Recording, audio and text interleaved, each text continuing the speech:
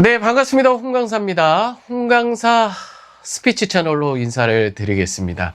여러분, 반갑습니다. 네, 일단 스피치 채널을 만들고, 이제 저희 기존 시청자분들께서 구독을 좀 눌러주셨어요. 이렇게 오시라고 얘기를 해놓고, 아무 영상도 올리지 않는 것은 예의가 아닌 것 같아서, 급하게 이제 영상을 좀 찍게 됐고요. 영상은 이제 주기적으로 올라가겠지만 많이 올리지는 못할 것 같아요. 제가 지금 논문을 쓰고 있는 게 있다 보니까 거기에 좀 집중을 하고 또 일상을 병행하다 보면은 아무래도 조금 채널 관리에 좀 미흡함이 있을 텐데 그 점을 조금 미리 양해해 주시고 그렇지만 과거에는 못 봤었던 홍강사의 새로운 모습을 이 채널을 통해서 발견할 수 있을 것이다. 그리고 충분히 저를 응원해 주신 분들은 그래도 지지할 만한 자랑거리가 될 만한 그런 존재로 남도록 노력을 할 거라는 점을 약속드리겠습니다. 자, 그래서 오늘 채널 방향성에 대해서 몇 가지 이야기를 좀 즉흥적으로 좀 이야기를 하겠습니다. 일단은 채널의 목적은 분명합니다. 제가 이제 스피치 강사로 전문 MC로 과거에는 방송 리포터로 또 홈쇼핑 쇼호스트를 준비하기도 했고 여러 가지 활동을 하고 있는데 저는 지금 15년이 넘는 시간 동안 누구에게 아쉬운 소리하고 고개 조아리고 또는 막 듣기 싫은 얘기까지 참아가면서 그렇게 성장을 해온 케이스는 아닙니다. 저는 이제 과거부터 블로그나 카페에 글을 쓰면서 거기에 공감했던 분들이 저를 지지해 주셔서 지금 제가 있는 것이지 다른 분들처럼 영업하거나 좀 힘들게 성장한 측면은 아니에요. 그러다 보니까 이제 와서 뭔가 영업을 한다거나 제안을 한다거나 이런 것들이 익숙하지도 않고 어떻게 하는 건지도 잘 모르겠어요. 근데 이제 뭐가 문제냐면 지금까지는 잘 지내왔어요. 자, 그런데 이제 코로나 시대를 기점으로 해서 과거 이제 블로그나 카페 홍보 방식이 전혀 통하지가 않고 있는 거예요. 그러면 이제 그동안 어떻게 살았냐? 그동안 제가 쌓아놨었던 인맥들이 저를 끝까지 지지해 주면서 현재 그렇게 큰 무리 없이 살아가고 있는데 문제는 그게 영원할 수가 없고 또 그 영역에서 더 이상 벗어날 수 없다라고 하는 그런 위기의식 때문에 새로운 홍보 채널을 만들어야겠다는 생각을 가지면서 이 채널을 만들게 된 것이 진짜 목적입니다. 뭐 인스타그램이든 틱톡이든 뭐 다양한 SNS가 있지만 사실 그 짧은 컨텐츠를 활용해서 저를 소개해드린다는 것은 좀 현실적으로 어렵다고 생각하고 또 익숙하지도 않아요.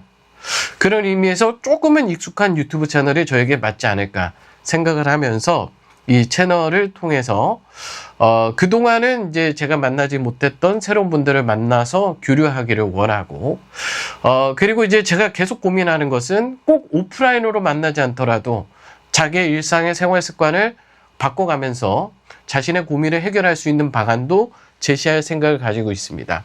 무엇보다 이 사회에서 소외된 꼭 이런 도움이 필요한 사람들을 위해서 영상을 만들어가는 것이 저 개인의 영달을 위해서도 분명 도움이 되는 것이고 그 사람들에게도 충분한 도움이 될 것이라는 생각에서 이 프로그램의 정체성은 분명하다 이렇게 얘기를 드리고 싶습니다. 자, 그 다음은 이제 기존 채널에 대한 운영 여부에 대해서 이제 얘기를 드리겠습니다. 처음 오시는 분들은 모르겠지만 기존 시청자분들은 잘 아시고 있는 내용입니다. 저는 이제 5,000명 구독자를 가진 홍강사 채널이 별도로 있습니다. 그 채널에 계시는 구독자분들도 그 채널의 정체성에 대해서 잘 모르실 텐데 최근 2년 동안 뉴진스 관련 사건을 이제 추적해 오다 보니까 뉴진스를 다루는 채널로 인식하는 분들이 굉장히 많아요. 자, 그런데 그 채널은 10년 가까이 제가 다양한 시도를 거듭하다가 최종적으로 이제 뉴진스 관련 콘텐츠를 다루고 있는 채널이 된 겁니다.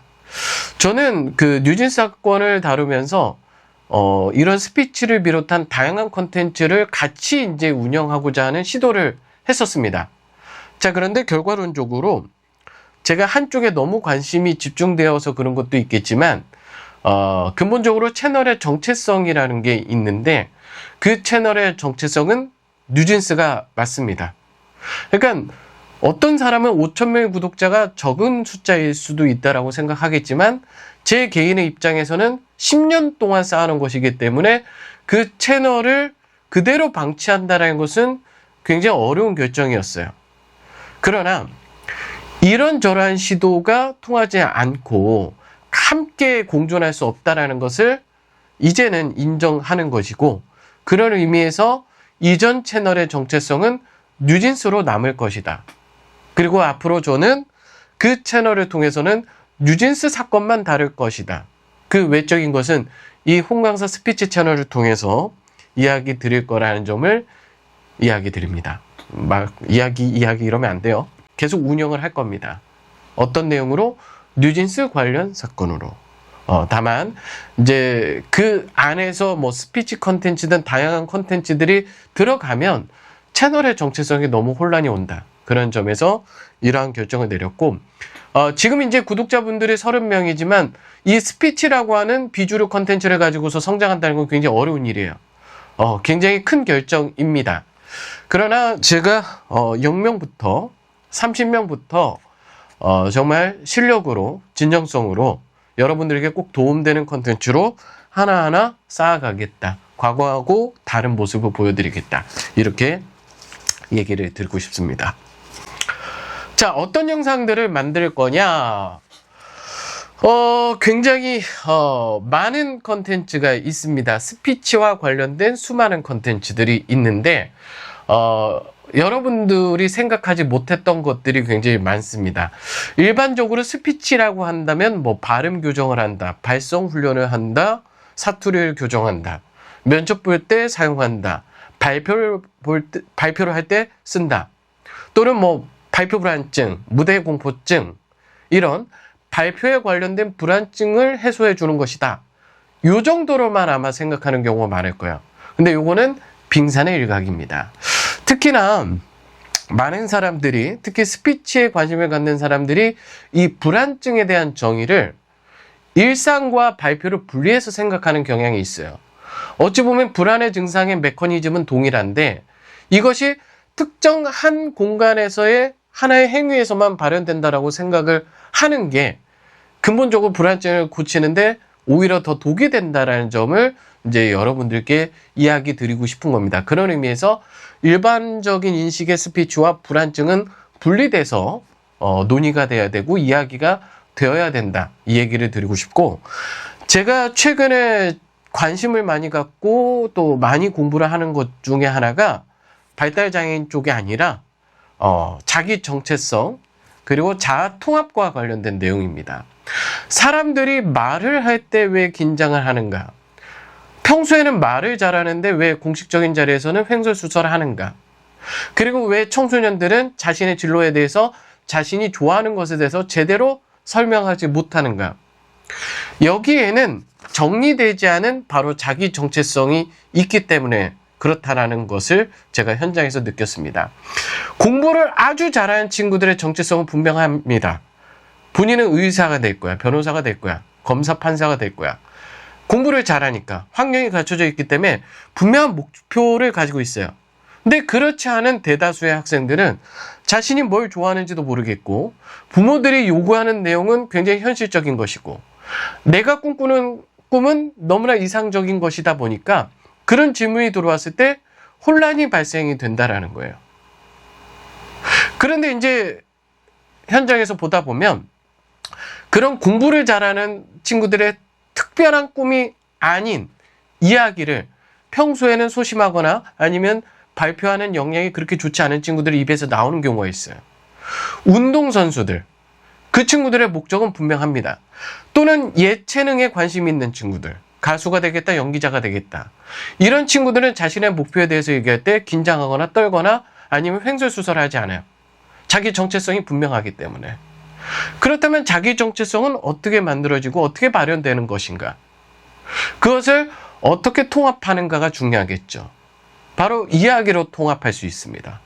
자기 경험, 자기 삶 안에서 자기 정체성을 찾고서 통합을 하고 또는 타협하는 과정이 있었을 때 이 이야기가 일관성 있게 나오고 자연스럽게 나오고 긴장을 하지 않을 수 있어요. 무엇보다 자기 정체성이 통합됐을 때 자신감을 가질 수 있다는 점에서 스피치라는 거는 여러분들이 생각하는 것보다 훨씬 더 예민한, 훨씬 더 깊은 고민으로부터 시작되었을 때 겉으로 보여지는 유창한 말하기가 아니더라도 사람들을 설득하고 또 자신감을 가질 수 있다는 얘기를 하는 겁니다. 청소년들은 그렇습니다. 그럼 이제 60대, 70대가 넘어간 노년층도 마찬가지입니다. 자신의 삶을 돌아봤을 때 훌륭한 삶을 살았다라고 한다면 자신감에 차서 여생을 마무리할 때 긍정적으로 자신의 죽음까지도 받아들이는 그런 상태가 될 수 있다. 근데 통합되지 못했었던 자신의 과거의 삶을 비판적으로 바라볼 때는 자신의 삶에 대한 후회로 가득 차고 남은 여성에 대한 불안과 스트레스, 우울증으로 가득하다는 거죠. 그러니까 우리 사회를 이끌어 주신 분들의 마지막이 그렇게 불행한 우울한 삶으로 종료돼서는 안 된다고 생각을 해요. 근데 이 역시도 말하기를 통해서 자아 통합을 통해서 자신의 삶을 긍정적으로 바꾸는 것, 이것은 굉장히 큰 의미를 가지는 것이다. 발달장애인 관련돼서는 이미 얘기를 좀 했던 것처럼 발달장애인은 단순히 유창성의 말하기를 하는 것이 아니라 의사소통, 상호작용, 사회성, 화용성, 그리고 이제 독립적인 삶을 이끌어가는데 발달장애인의 말하기, 자아 정체성, 자신감 확보가 단순히 발음을 명확하게 하는 것보다 훨씬 더 중요하다는 얘기를 좀 드리고 싶어요. 또 많죠. 연축성 발성 장애, 근긴장성 발성 장애, 말더듬이, 내변명 장애, 조현병, 이러한 사회의 관심과 보호가 필요한 사람들에 대해서 말하기를 통해서 자신을 통합하고 자신을 인정하면서 수용하는 삶을, 긍정적인 삶을 살아가는 말하기를 할 것이고, 이렇게 얘기하니까 너무 진지하잖아요. 일상에 또 어떤 사건이 벌어졌을 때 어떤 심리 기제가 있는지, 어떤 방어 기제가 있는지, 저 사람은 왜 저렇게 말을 하기를 했는지, 이런 내용들을 통합적으로 얘기할 거예요. 아니, 말하는 건 거친데 매끄럽지 않은데 우수하지 않은데 왜 저 사람은 이렇게 끌릴까? 저 사람은 말을 저렇게 하는데 왜 이렇게 관심이 가지 않을까?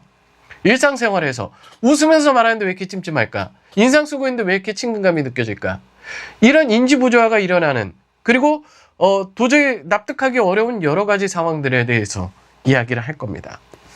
마지막으로 하고 싶은 말은, 저는 이제 스피치 강사로서의 남은 여생을 아직 많이 남았지만 살아갈 생각입니다. 무엇보다 이제 뭔가 내 개인의 뭐 엄청난 성장도 중요하겠지만 함께 나가는 것이 중요하다고 생각을 하거든요. 그래서 이 영상을 보시는 분들이 나는 스피치가 갑자기 필요해, 그러니까 난 이걸 해결할 거야 하는 목적보다는 우리 일상을 살아가면서 주변에 대한 관심, 그리고 내가 하는 일에 대한 관심, 그리고 혼란스러운 상황을 바로 제 채널을 통해서 해결할 수 있다라는 이야기를 드리면서 마무리하고 싶습니다.